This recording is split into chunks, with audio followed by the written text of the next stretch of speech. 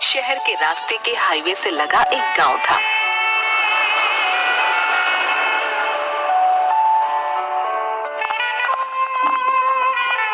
उस गांव में झुमरी अपने मजदूर पति और 10 साल के बच्चे कन्नू के साथ रहती थी।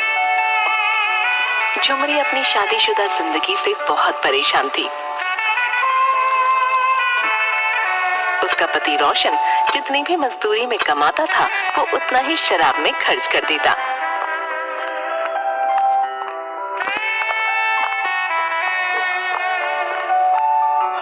एक दिन दोपहर को झुमरी अपनी रसोई में खाना बनाने के लिए कुछ सामान देख रही थी। इस डिब्बे में कुछ नहीं है, अब तो दाल चावल भी नहीं बचा, आज मैं खाने में क्या बनाऊंगी। तभी कन्नू स्कूल से घर लौट आया और अपनी माँ को देखते ही बोला, माँ बड़ी जोर से भूख लगी है, खाने को कुछ दो ना।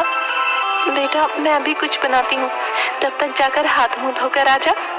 कन्नू के जाने के बाद झुमरी सर पकड़कर बैठ गई। हे भगवान अब क्या करूं, मेरा तो भूखे पेट गुजारा हो जाएगा, लेकिन कन्नू को भूखे पेट कैसे रहने दूं।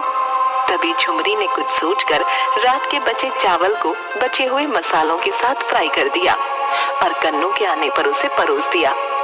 ऐसे कब तक चलेगा, मुझे इनसे किराना लाने के लिए बोलना ही पड़ेगा।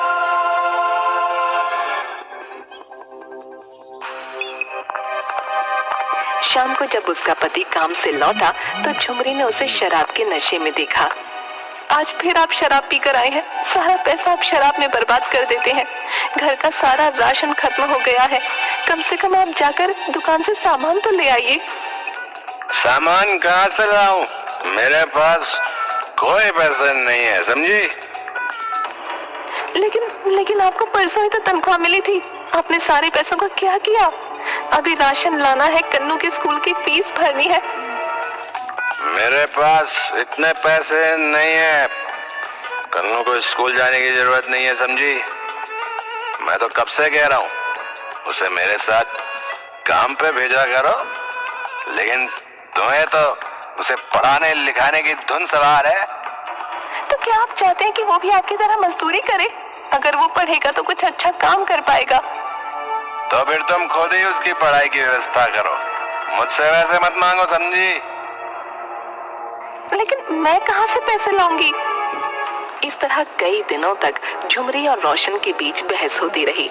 रोजाना रोशन शराब के नशे में